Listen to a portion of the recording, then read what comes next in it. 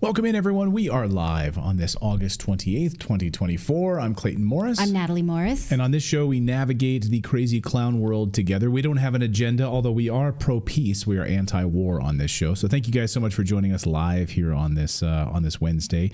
We've got a busy show for you. We're going to talk about Americans are actually dying in Ukraine and in the Middle East. Yes, in fact, it's true. And actually, what's been being told to the families? That's what I really want to find out. What are the families being told? Are they being forced to sign non-disclosure agreements? Hey, we know that your son or daughter was killed in attacks in Ukraine against Russia. You can't tell anyone. You're not allowed to tell the American press about this. This is what's happening right now as Donbas has now fallen on the Ukrainian side and Russian forces are making a major advance. So how many Americans need to die in these foreign wars? We're going to talk to a former CIA agent who wants us out of there right now. And more war rhetoric from the United States about a nuclear war with Iran. Now, Iran is saying we're willing to have a nuclear deal, and the United States is saying no, actually, because you're not cooperating with weapons inspections. Clayton, does this sound familiar? Have we been here before about the United States upping rhetoric about who has what weapons and refusing to negotiate, which then will lead to war and destruction and death? We're going to break down that as well. Plus, a new warning from the Surgeon General about having children and how that is a health hazard. We're going to also talk about how this is the therapeutic state that is going to create slaves of all of us. This rhetoric against the family, it's Democrats wild. Don't want you to have children. They really don't. They really don't. We're also going to talk about why so many embalmers are finding white fibrous clots. What is going on, and why are these different embalming communities hiding it from you? We're going to have on a former Air Force Major General who has uncovered some stunning information, and we need your help. We need the audience's help to try to get to the bottom of this today. Thomas Haviland is going to be joining us a little bit later in the show, so we'll have that story on the program as well. So we've got a lot to get to today on this August 28th. Hope all of you are doing well. We're streaming live on YouTube, streaming live on Rumble, streaming live on X, so thank you guys so much for subscribing to us. It is August 28th. Yep. It also happens to be my wife's birthday. Happy birthday. Oh, I have a graphic.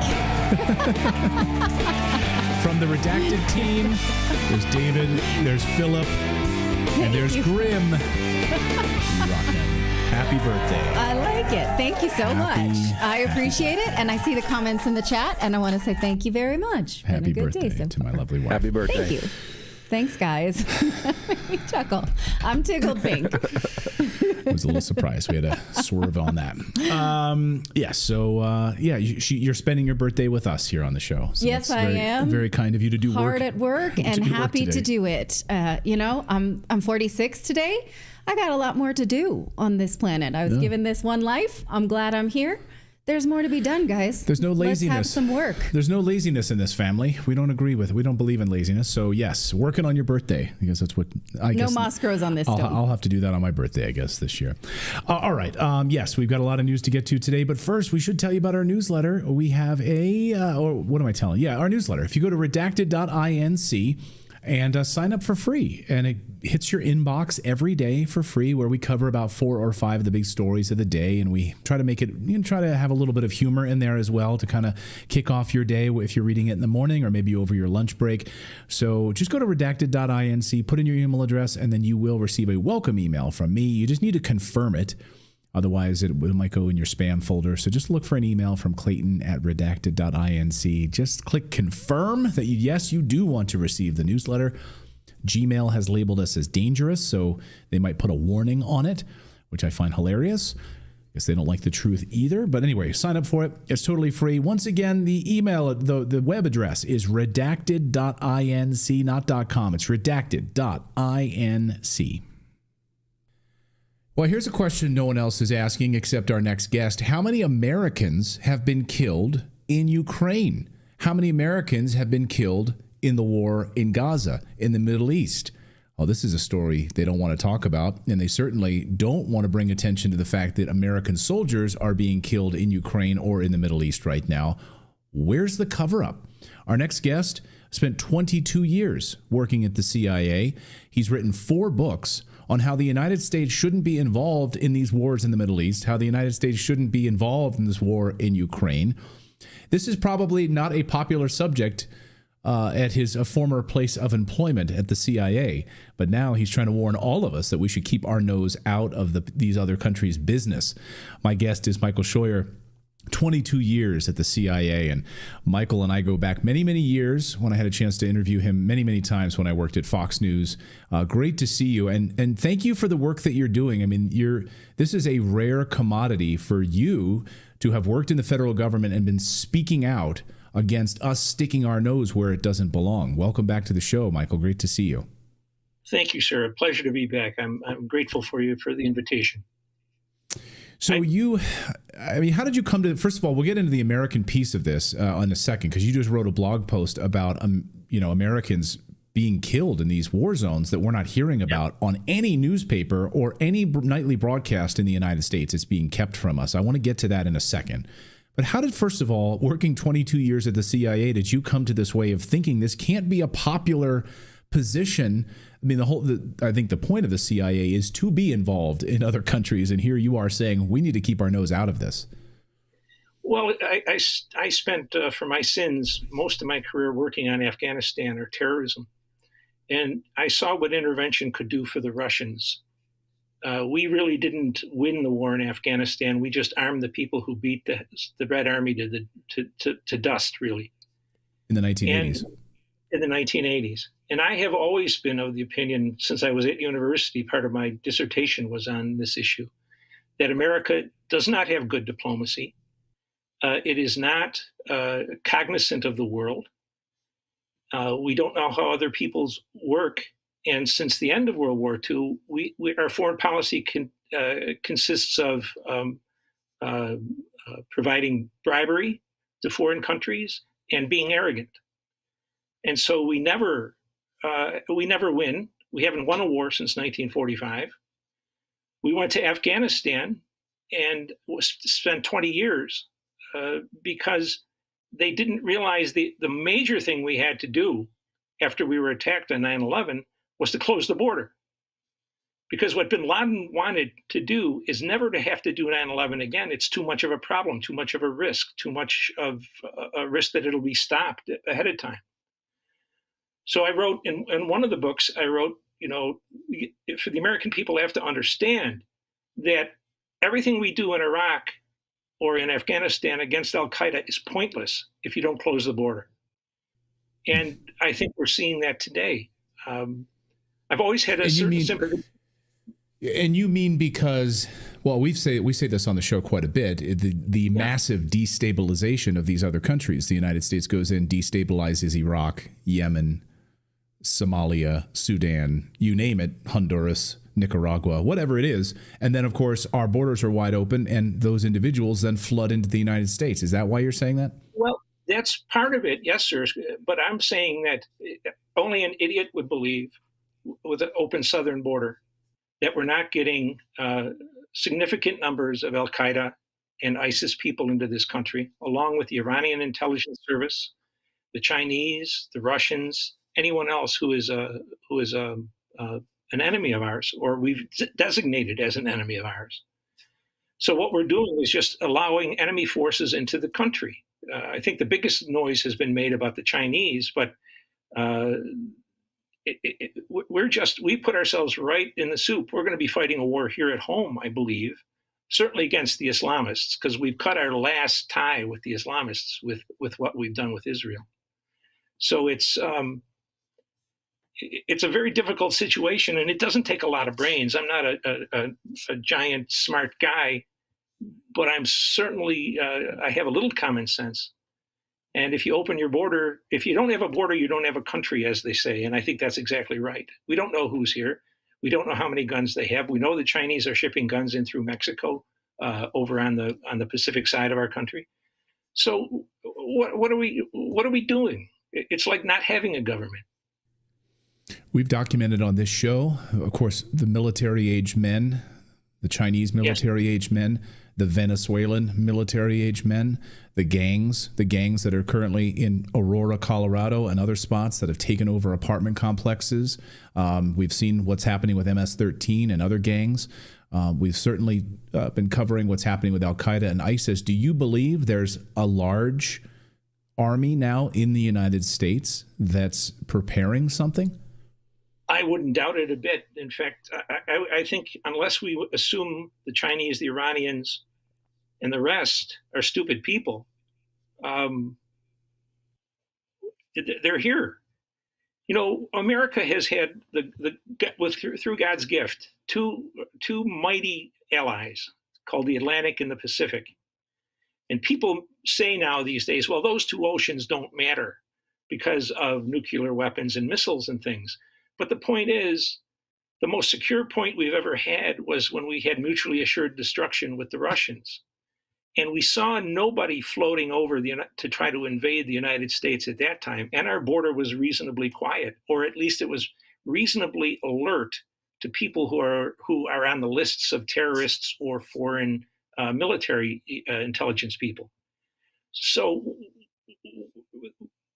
you know, Al-Qaeda knew, Osama knew he couldn't float guys across the ocean with an AK bottle of water on a pontoon.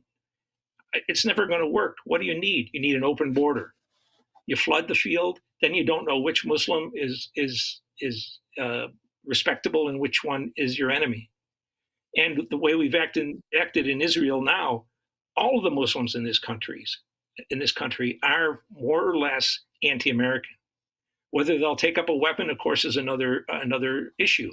But I would be surprised if many would refuse to support armed people who were in their country to get back at us for what we've done from Kabul to Tel Aviv in that whole slot of territory.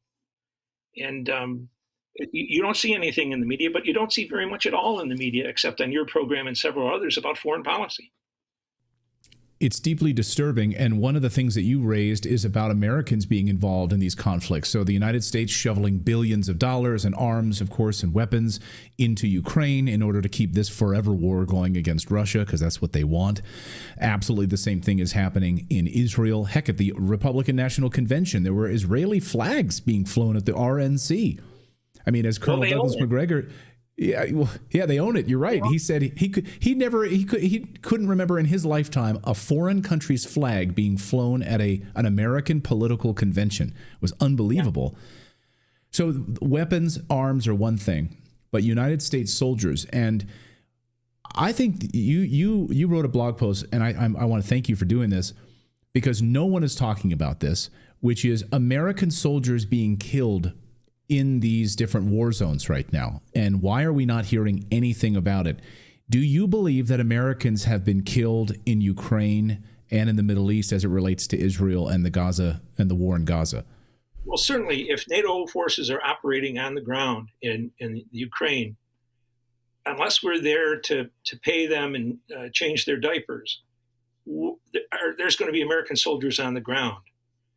And we've heard since the beginning of the war of various conclaves of large numbers of NATO officers meeting in Kiev, supposedly in secure bunkers underground.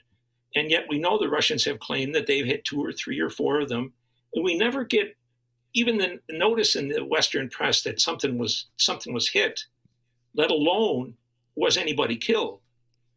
And we, from the first days, I think you mentioned McGregor and a couple of other people in Israel, we had special forces there from the beginning. And there was a number of them that got killed, which was more or less confirmed certainly by the enemy, or those we designate as the enemy, but also by McGregor and other people from their own sources. Now, my question is, we're fighting 2 wars, obviously. You can't deny it. What's happening to those that are being killed or wounded or maimed? Why don't we hear those numbers? And what about their parents and their wives and their sisters? Have those people not been informed and coerced to keeping their mouths shut? I don't know what the answer is to that, Clayton. But I know I'm not a fool, and you're not a fool, and the idea that Americans are not getting killed in these wars is craziness. Even Right. we know, even the government has admitted the Iranians have attacked U.S. forces in Iraq. For what reasons they're there, I do not know. But they've never told us who got killed, who got wounded. There's been no ceremony at Arlington, at the cemetery. Right. What gives? Like everything else in Right. this country, the most important things are kept secret or distorted or just not mentioned. Yeah, it'd be amazing to find out how many Americans have been killed there and what sort of relationship or what sort of deal the government has made with those families to keep it quiet. What are they told? Are they told that they were just killed in some sort of a training exercise? They're lied to? It'd be fascinating. I don't have any idea, sir, but it would be truly remarkable, bordering on unbelievable, with all we've been doing militarily in Israel and Gaza and Ukraine, that we haven't had any casualties. Remember that just within the past 90 days, the Houthis claimed to have hit the Dwight Eisenhower, the aircraft carrier. No one ever denied that, but no one ever said there were casualties or the ship was hit. They just are silent. And Right. people go about their everyday business, and I guess they don't pay attention. But that is the biggest problem. You know, non-intervention depends on chaining the president's ability to cause wars off his own hook. Only the Congress can declare war, and they can't delegate it. These authority for the use of military force, that's a nonsense. That's unconstitutional. And yet it's been in place. Yet it's been in place since exactly. There was one in 1956, and then another one a decade later, and they keep using it. And all that does is allow the damn Congress to shovel off the responsibility to the president. And if he wins, you cheer. And if he loses, you damn him. They never get the blame. And the Congress was designated as the war declarer, so it would be the people's voice who spoke, and the people would know who was wrong if they declared war. I like that you say your book is not a political manifesto. It's more of basically a charting of the fact that non-interventionism has been, a thoroughly legitimate American way of thinking going back to George Washington. And yet this term, while we were still, we're all politically correct now, as they used to say. Right. But for the most part, the early settlers didn't go looking for the Indians. The Indians came looking for them. They weren't going to stir up a hive when they were trying to create a community or a city or a town. And, it's been there since then. The American inclination is to leave the world alone as long as it leaves us alone. And that worked well for over a century, with an exception in the Mexican War and the War of 1898. Otherwise, from the 1600s to 1898, we were just fine by ourselves. And as long as we have a new... We create this sort of perpetual cycle, though, right? We're okay. If we stay out of other people's business, they'll leave us alone. And Americans can prosper, and the money can be reinvested here in the United States. Instead of $200 billion being sent to Ukraine, we could reinvest it here in the United States. But because we provoke, because we create a coup and provoke these countries, we know the military-industrial complex absolutely knows that by this provocation, it creates enemies. We now have an army of illegal immigrants in the United States on purpose, so that we can continue to fund this sort of endless cycle of war, this perpetual war on terror, whatever you want to label it. Am I wrong? No, you're absolutely right. And it's the president that's the problem. If you have a decent man as president or woman at some point, you won't get into these wars. But the rest of them kind of revel in the idea that they're the leader of the free world. And so if they're the leader of the free world, they have to prove it. And they get the CIA to cause problems, and then wars come. And as night follows day, then we have another war. it's a terrible situation for the United States to be in. It's unconstitutional. It's immoral in many ways. And it's also destructive of our own economy, of our own society, of trust in each other. But certainly, until you change the president as he was intended to be changed, so he can't start a war against anybody without the Congress, unless we're invaded, or unless in the one case of Trump where he killed Soleimani because we were about to have our troops attacked in Iraq. I don't fully approve of that, but that's on the border of okay with me. But the idea that any president says, okay, tomorrow we're going to go anywhere from Grenada to Afghanistan without the Congress taking a vote so we know who's responsible for this war, we, the voters. You know, did Congressman X from Southern Virginia or the Shenandoah Valley, did he vote for this stupid thing? That's the end of him the next time out.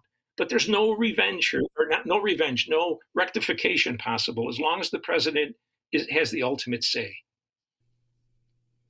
Yeah, America's involved in almost like a dozen wars right now, and everyone wanted to praise Trump for not creating a new war. That's great. Yes, we don't need another one added to the list. However, we still have almost a dozen wars that the United States is currently involved in. It'd be nice if we ended all of them and brought our men and women home and closed those military bases around the world and reinvested in the United States. I know that's maybe an extreme position. I know that's what RFK Jr. said. That's why he's no longer in the race, I'm sure, because, you know, the powers that be certainly don't want to shut all that down, right? Clayton, it's a common sense constitutional position. America goes to war when she's attacked. We don't go to war because a president or an agency of the government can get us into a place where it looks like to the bogus media, they can create the story that we need to go to Afghanistan, we need to go to Yemen, we need to go to wherever it is, where we really don't have a lick of interest. Well, I've really enjoyed this conversation, Michael, and I would love to have you back on. I think our audience, you know, we're really trying to, I think we're tapping into a large contingent of Americans right now who are just fed up, absolutely fed up. And the hundreds of millions of Americans that don't vote, they believe that there's a uniparty in the United States, a perpetual corrupt uniparty. And I hope Americans are waking up and paying attention to what you're saying. We're going to link up your book in the show description if people want to read your most recent blog posts and books. Michael, it's great to have you here on the show. Great to reconnect with you after all these years. I love the work that you're doing. It's been my pleasure, sir. Thank you for having me. Thanks, Michael. He was fantastic. I will read his book. And, you know, I think it's interesting. I'm sitting here as I'm, you know, listening to comments and reading comments here as Michael's talking. And it's interesting to, you know, people are like, well, how does he feel about Israel? Or how does he feel? And you heard him say it. He's like, you know, Israel owns the Republican Party. Mm-hmm. Israel owns the Democratic Party. You know, he couldn't believe that there's flags up, Israeli flags at the RNC. Right. And here's a former CIA terrorist analyst who's saying, and no more wars. Like, keep the United States out. His whole thing is we should not be involved in other countries. Like, he admits, he's like, I got out of the CIA for a reason, because they want to be involved in other countries.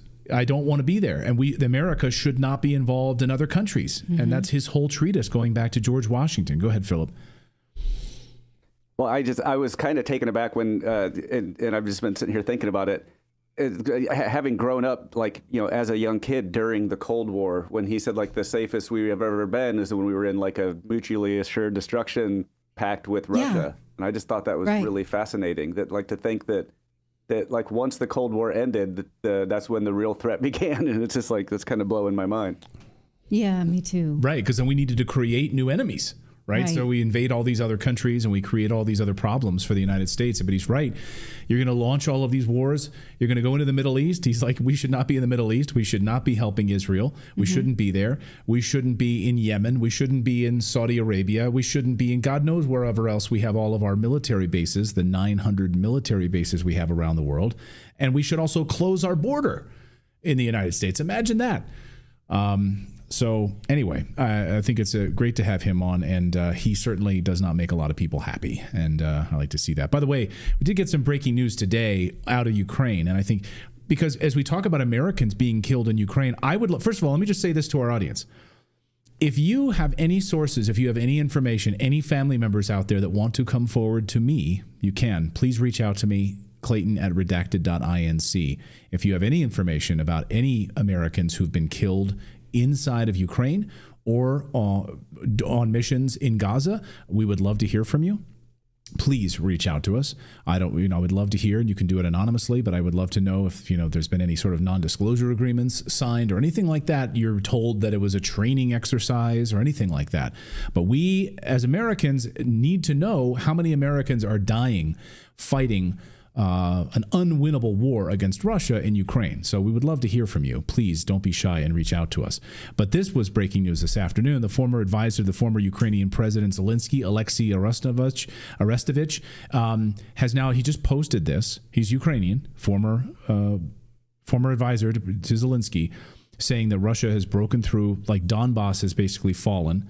And Russian forces have now basically taken over the Donbas. Ukrainian troops collapsing and enveloping the Ukrainian troops on the front line. So what are they going to do now? What is NATO going to do now at this point? And Zelensky is now calling for some weird peace agreement and basically tying what has this offensive in Kursk, which has left thousands of Ukrainians dead, by the way. It's not really a peace agreement. He's calling it some kind of plan for success. I don't know. Plan for success. It's more like his. It's like something like Michael Scott in The Office would come up with, right. Here today at the office, we have a plan for success. I mean, it involves scorched earth. Who wants to go down with that war criminal? We wrote about it in the newsletter today, and we'll continue to look at the status of the war in Ukraine as they get continually desperate, knowing that Americans don't support more war in Ukraine and are starting to believe that they've been lied to, which they have. We've been talking about that for 2 years now. Indeed. It's getting pretty old. Coming up, though, we're going to talk about some new lies about Iran and how the United States really wants war with Iran. And why this seems familiar is because this game has been played before by the CIA and neocons. We're also going to talk about how Democrats don't want you to have children. They want you to be completely dependent on the therapeutic state because you're too fragile for kids. You can't handle it. That's the message from the Surgeon General. Unbelievable. Yes. Yeah. I mean, it's not like, maybe you want to look at some COVID vaccines or some birth control pills or some IUDs if you're really looking for things that are causing health hazards. No, it's parenting. That's what's the problem. Before we get to all of that, we're going to tell you about our friends over at Ghost Bed, though, because if you sleep hot at night, and man, is it hot, especially if you're in the United States right now, you know how disruptive it can be. So whether you're having trouble falling to sleep or you're waking up sweating in the middle of the night, then Ghost Bed can help. They are the makers of the coolest beds in the world. Ghost Bed is your go-to for cooling mattresses, cooling pillows, even cooling bedding. They have their signature Ghost Ice fabric to patented technology that adjusts with your body temperature. So every Ghost Bed mattress is designed with cooling in mind. If you want something maybe plusher that cushions your shoulders and hips or firmer support, Ghost Bed will keep you cool and comfortable all night long. And their mattresses are guaranteed, so you can try them out for 101 nights for a free, risk-free trial to make sure it's the right fit for you. Plus, they offer free shipping, and most items ship within 24 hours. So even better is that if you use our code Redacted, you'll get 50% off. So if you're in the market for a new bed that will keep you cooler, or you just need something new, it's time, then use our code Redacted. Head on over to ghostbed.com/redacted and use the code Redacted at checkout. One more time. That's ghostbed.com/redacted. V Cyberpunk in our chat says, I love Redacted, but these chats are trash. Most of the trash is birthday messages for me today, so bite your tongue. A lot of nice comments for Natalie's birthday today, so thank you. That is not trash. But thank yes, you so look, much. in any chat room, I mean, I don't care if it's Dan Bongino's chat room to InfoWars chat room, you're going to have trolls. That's just how it rolls, right? Phil? I was just going to point out, like, if that person's surprised that chat goes trash sometimes. I can't wait until they figure out the wider internet in general. And, right. Welcome to the internet. Scary day out there when they Yes. find that out. But Yeah. most of our chat room, you guys are fantastic. I think we have the best chat room. I see the engagement, and I think honestly of any show on the internet, live streaming show. I mean, we've got how many thousands of you over on Rumble right now? We've got 11,000 on Rumble, 14,000 on YouTube, thousands on X as well. I think we have a great audience here, and it's the dog days of summer right now, and everyone's like traveling and vacationing. Yeah. And I think you guys are the best chat room, even if we disagree. and our chat just keep it nice. Our chat starts usually about an hour before the show, because when we schedule it out, I mean, there are people in there immediately, and so I sit and just watch our chat a lot. I don't always participate, but I sit and watch it, and it's Dirty. It's generally pretty intelligent. Dirty Doge in our Rumble chat says, yes, we do a little trolling. A little trolling is fine. All right. That's right. It's in good fun. We keep it clean, but anyhow, okay. Well, onwards we go.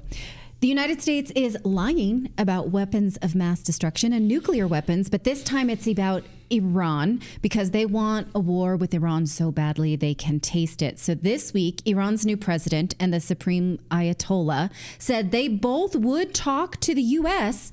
about a new nuclear agreement if the United States agrees to lift sanctions, but the U.S. won't do it.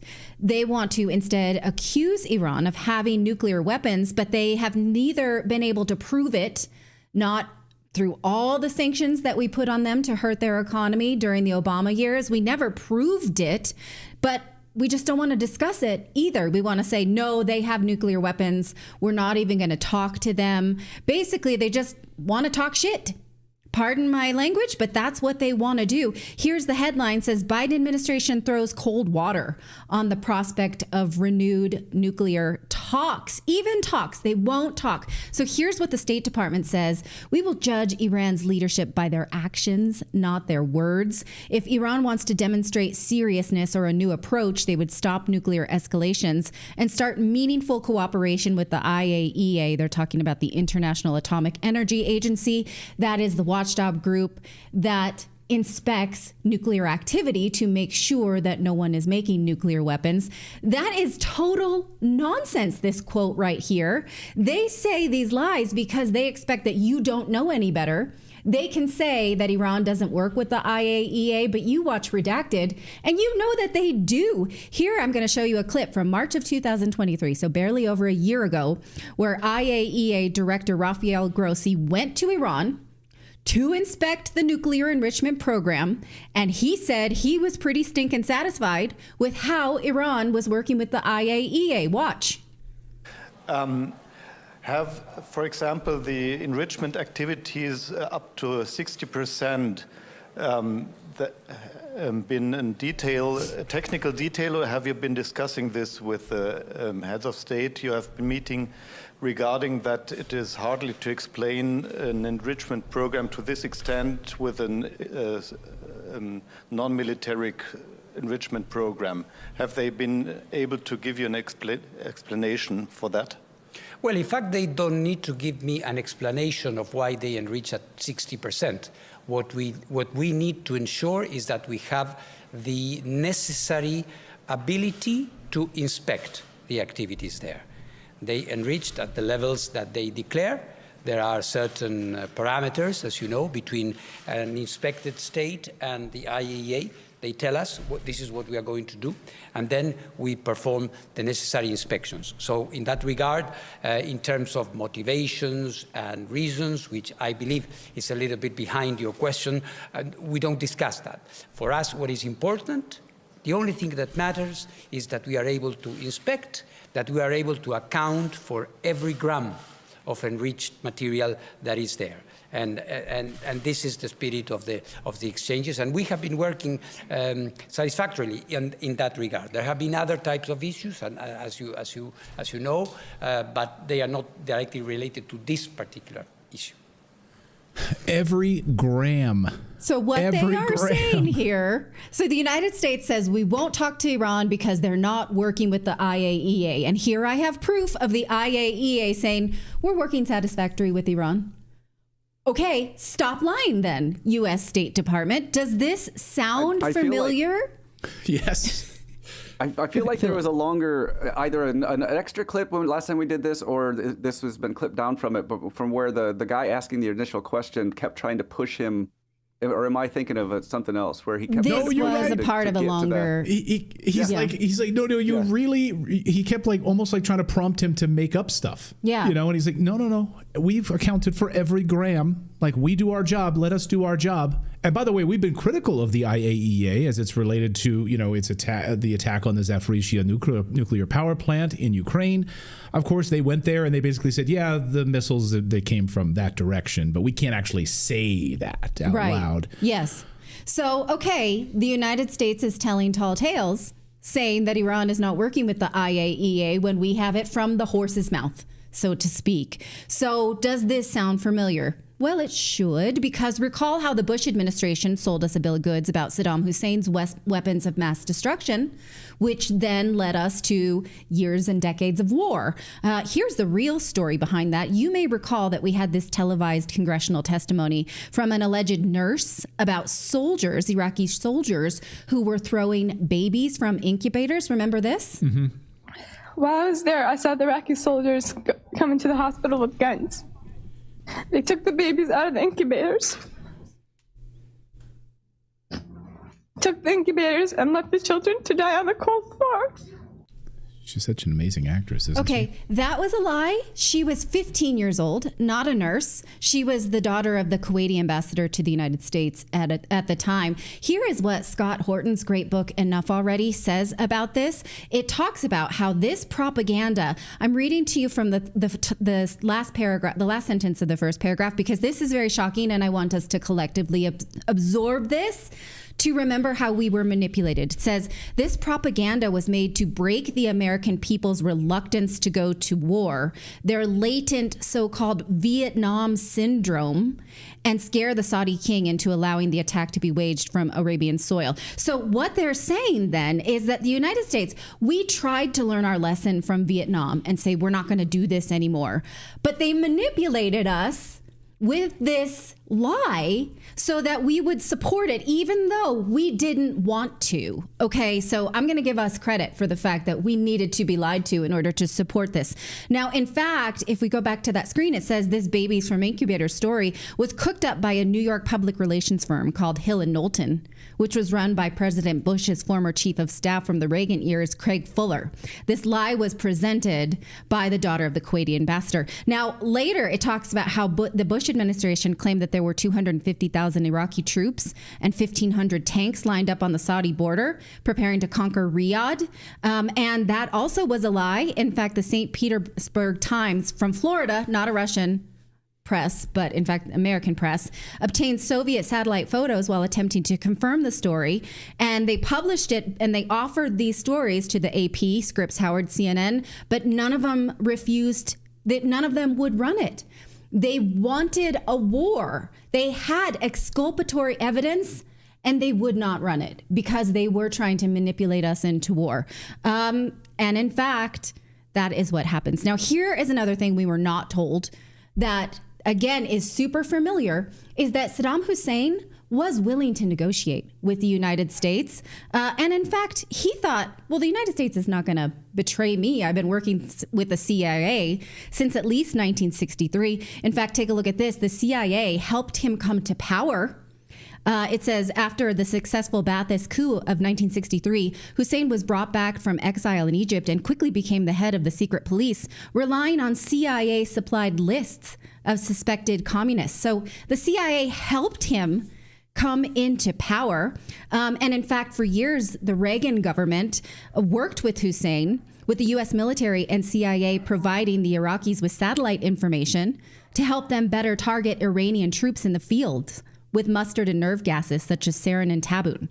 And tens of thousands of Iranian conscripts were killed. So Saddam Hussein was a friend of the United States until they turned him into an enemy, in case you didn't know that. Want to show the pictures of Donald Rumsfeld, like basically making out with him? And yeah, I didn't choose to bring those, but that is true. So it's no wonder that Saddam would have thought, well, the U.S. will at least negotiate with me then. I will do this to save face. But that II was hidden from us. Now, according to Scott Horton, Iraq did have nuclear weapons, but they hid it.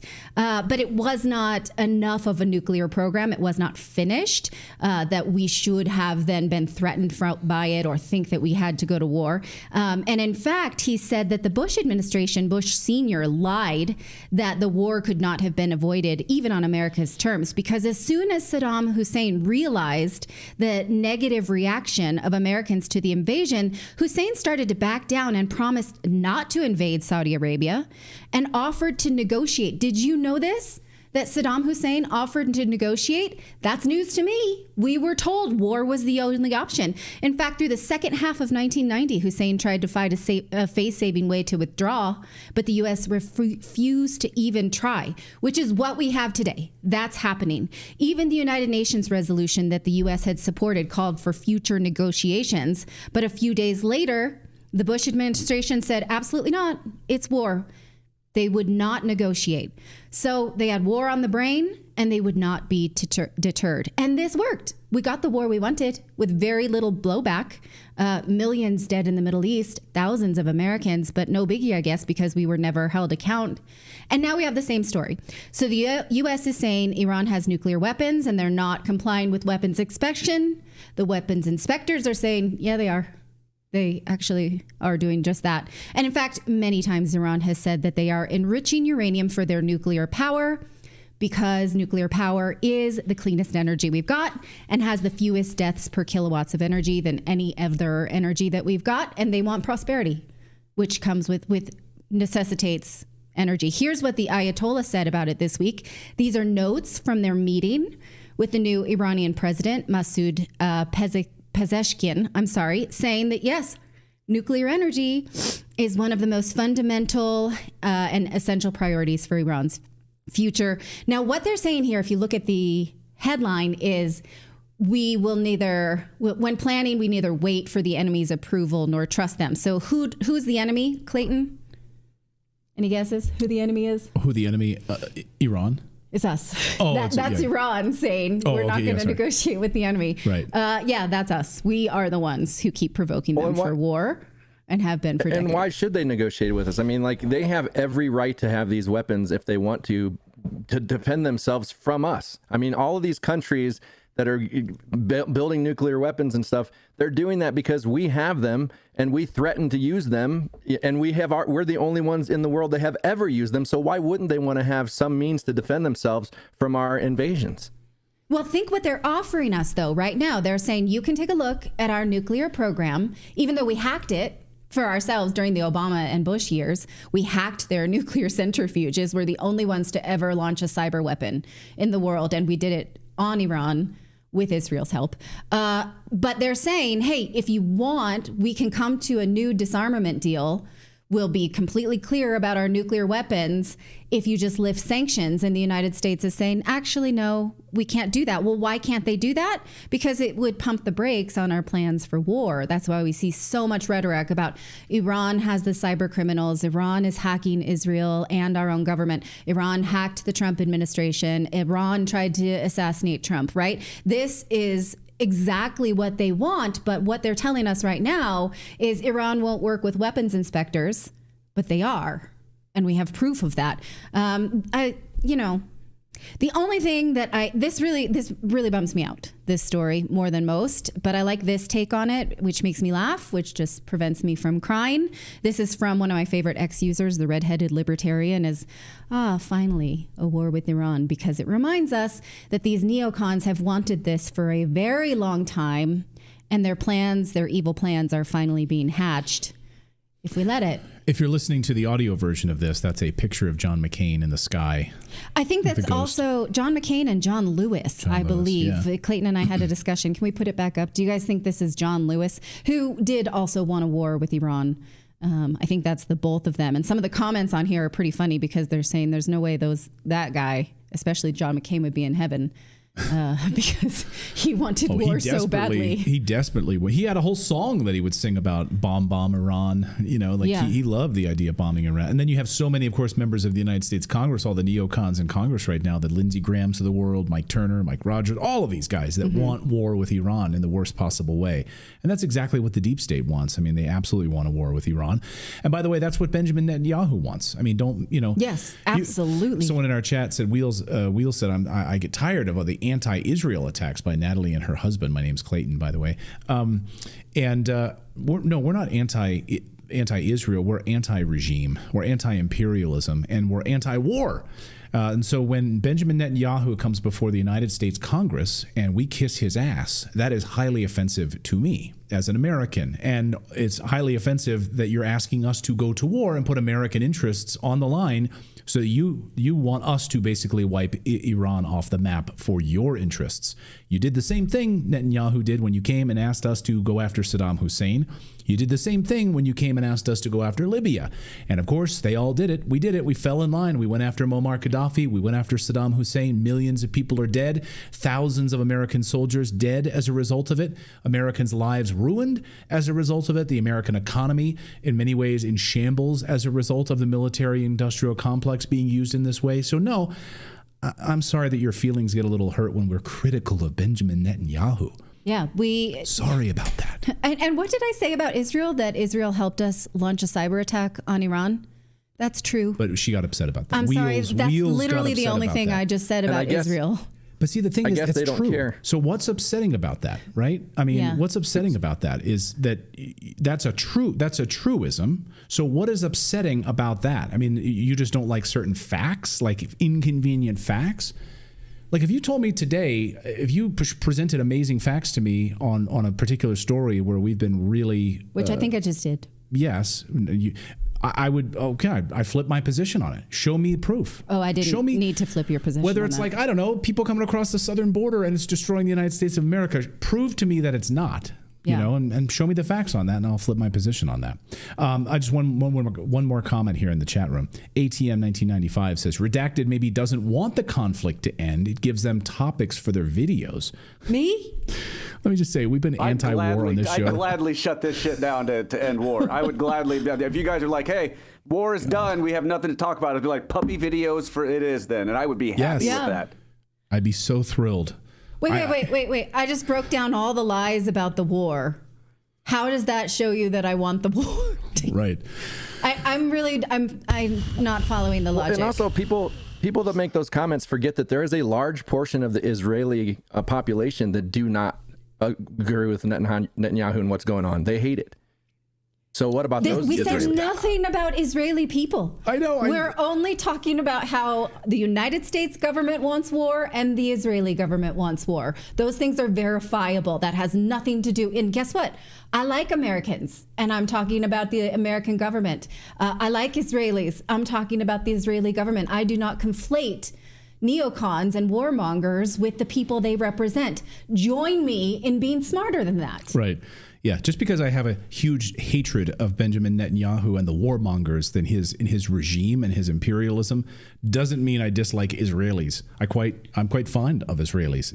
That's exact opposite of my position. But anyway, I love Americans, but I can't stand the politicians that are driving us into war and into the toilet in the United States government. Try to make that distinction. Your life will be better if you don't equate world governments with the people that they represent. It's interesting, though, because a lot of people don't. I think we have a very smart audience, and many of them do, and they understand that distinction, and that's why there's a lot of nuance here. In fact, I see a lot of people saying, like, in the comments, like someone said, like, stop saying Trump hasn't started wars.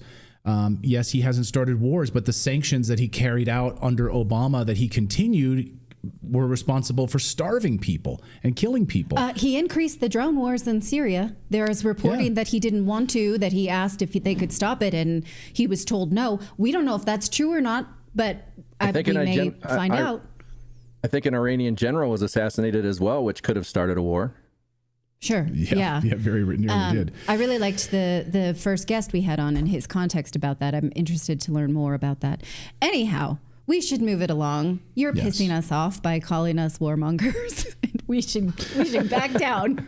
No, I would love nothing more than to not. I mean, I'd be happy if we didn't have any news about the deep state and the globalists trying to screw you over and be like, hey, we wake up one morning and we're like, you know what? We've won. I'd be like, you know what? Redacted is finished. We're done.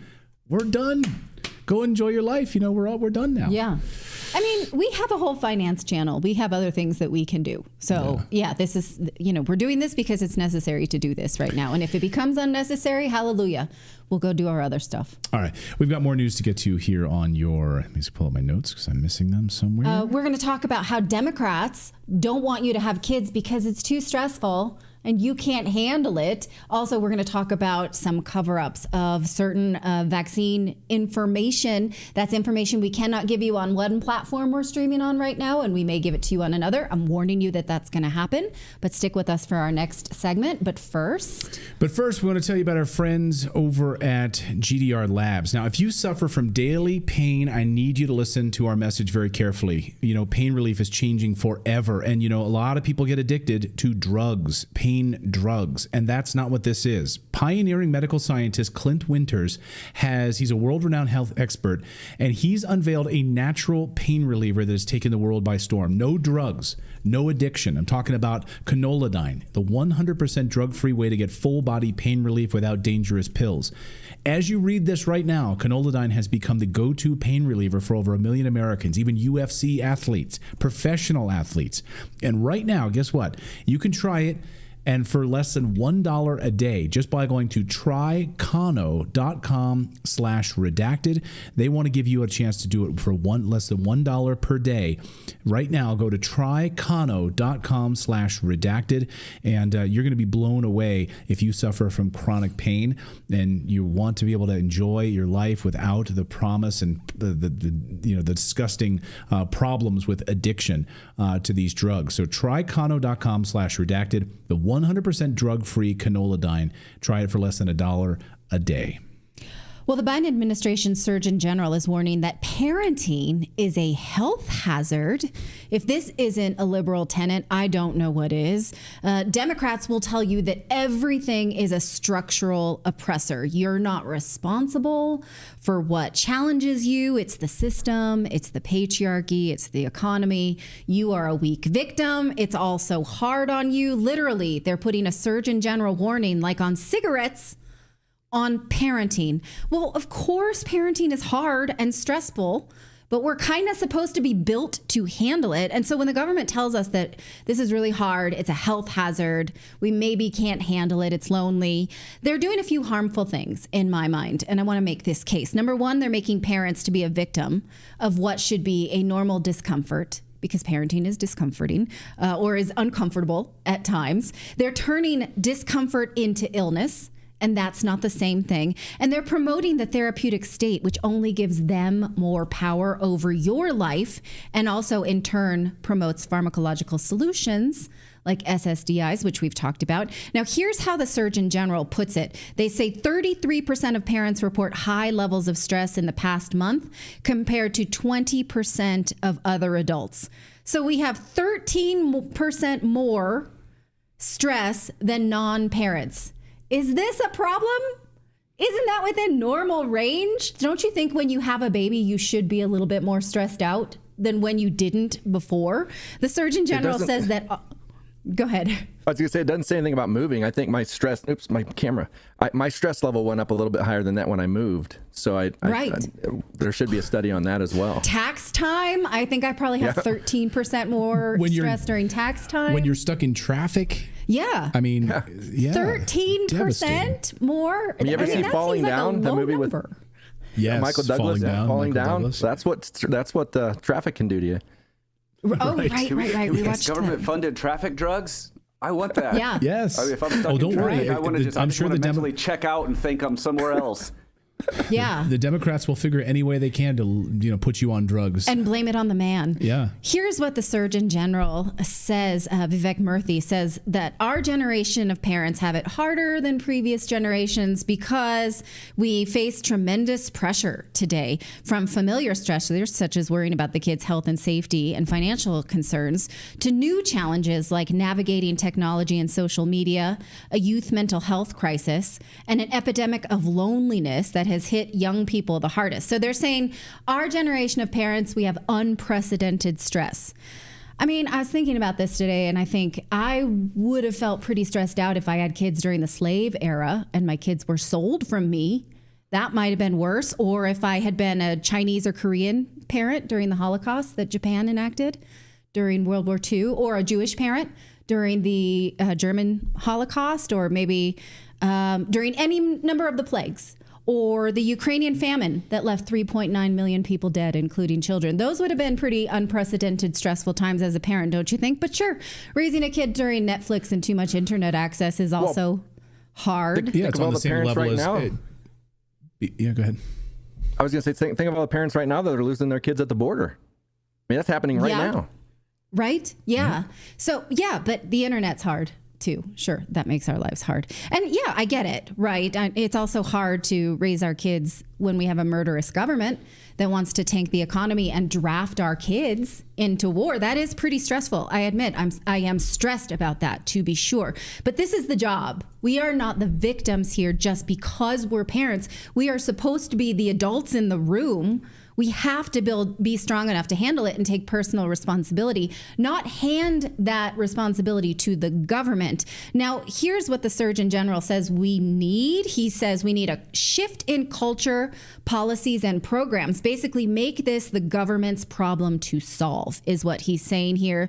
We need more, of course, sure, paid family leave, improve early childhood education and childcare. And then the last part is what gets me, delivering historic investments in mental health care. Now, we have talked about many times how health professionals know that there is a social contagion to mental health disorders. It's been documented in this great book, Ethan Waters' book. I highly suggest you read it, Crazy Like Us. It's been documented with PTSD, bulimia, anorexia, and gender dysphoria. So saying that mental illness is a problem means we get more of it, and in comes the government. These are the things we need to be watchful for. That allows the government to step in with more and turn us into slaves. Now, this is something that Thomas Zaz has been warning about since the 60s. Here's how he put it in his great 2003 book, Pharmocracy. Again, I want to recommend that you read this. He warns that illness is cellular. It only happens to the body. It can happen to the brain, yes, but not the mind. And he wants us to distinguish between disease and discomfort. The Surgeon General does not. He thinks that parenting can lead to mental illness. Now, here's what Thomas Zaz talked about when he says no fault disease. And I'm sorry, this is a terrible screen, but for whatever reason, I can only take screenshots from the book using the mobile app and not the Kindle page. So that's why this looks weird. But I want us to digest this. Okay, he says alcoholism, obesity, suicide, and violence, they say, are killing Americans. Individuals are not responsible, though, for eating or drinking too much or killing themselves. It's a rejection of personal responsibility for one's behavior. Each deliberate act transformed into what he calls no-fault disease. Now think about how often we are sold no-fault disease. Alcoholism, obesity, right? All of these things. He says the government declares these wars on drugs, cancer, heart disease, obesity, mental illness, poverty, racism, sexism, suicide, violence. But there's no personal responsibility here. Drug addicts refuse to abstain from drugs. The obese overeat. The mentally sick reject being treated as patients, and the poor refuse to adopt the habits of the rich. Coping with these and other health emergencies requires enlarging the scope and coercive powers of medicine as an arm of the state. What he calls the pharmacratic or the therapeutic state. They have power over you because you are sick. And sickness expands. So now we're expanding sickness to parenthood and reducing the concept of personal responsibility. If we could just go back to that screen, the thing he says on the right, he says no person can be free without shouldering his responsibilities. No society can endure without penalizing irresponsible behavior. Liberty is undermined by the irresponsible individual and is destroyed by a tyrannical government. So that's why this scares me so much. No person can be free without individual responsibility. But the Surgeon General is saying, you're not responsible for the stress of parenting. You can't handle it. We should take this on. We need to collectively handle this for you. It's structural. Lean on the government and we'll solve it because you need us. It's very Big Brother to me. You're weak. Big Brother is strong. Let us handle this. You're frail. Big brother alone can handle it for you. That's how it sits with me, and it scares me. It's laughable, yes, but it's also terrifying. So I'd like to know, how does this sit with you? Let me know in the comments. All right, we've got more news to get to here. A big update on the story that first, I think we reported a couple of years ago here on Redacted about those white fibrous clots. Of course, we've had medical experts on to talk about that, and we've had, discussions about the embalmers, of course, who were involved in these pulling out these white fibrous clots. What is it related to? So we're going to talk about that, but we are going to talk about that on another platform. We are streaming live right now on Rumble. It's a story that we just simply cannot do on YouTube. They will ban us. They will block us. So we cannot do this story, unfortunately. In an age of free speech, we can't do it here, unfortunately. But we are going to do it. We are going to continue the stream on Rumble there, so you can make sure you catch that as well. But before we get there, we do want to tell you about our friends over at the Wellness Company, because everything is unpredictable right now. We've got assassination attempts, rumors of civil war, an unstable stock market, and now the looming threat of the bird flu and monkeypox and everything else right now, whatever else they want right now. Event 201, of course, that foreshadowed the COVID pandemic. And now, guess what? They have this big October bird flu summit coming up in October, really. And one of the planned meetings they're going to have is about mass fatalities, mass fatality management planning. Okay, but there is good news. You don't have to be scared if you're prepared. The Wellness Company created the medical emergency kit, and every home in America should have at least one of these. You know what I love is that Democrats love to call people that would buy this preppers. Good. Middle finger to you. Because we are planning and protecting our family by having one of these in our homes. We have one of these sitting right upstairs in our medicine cabinet right now. The Wellness Company created the medical emergency kit. It's got a Z-Pack in there. It's got antibiotics in there, hydroxychloroquine, ivermectin, amoxicillin, and it's all backed by experts like our friend Dr. Peter McCullough. So, Democrats can make fun of us and call us preppers, and they do it in a derogatory fashion for protecting our families. Well, big middle finger to you. Check out our friends over at the Wellness Company right now and get this emergency kit. It's not a luxury. It's a necessity. You should just have one in your house. twc.health/redacted, and you'll save $30 if you use our code redacted at checkout. $30 off by using our code redacted. So that's twc.health/redacted. to get $30 off and free shipping also. They're fantastic, by the way. All right. Well, we're going to move to Rumble for this next story because we still want to be sensitive about the rules of engagement on YouTube, and YouTube defers to the World Health Organization for the rules about the things that we can and cannot say. And you know how we feel about that. So we're going to say goodbye to YouTube right now. For those of you on YouTube, thank you for the nice comments for my birthday. I really appreciate it. You are correct. Virgos run the world. So to my fellow Virgos, I see you. The only people, right here. The only people that can handle Virgos are Capricorns. That might be true. That might be true. All right. So thank you so much for that. We are going to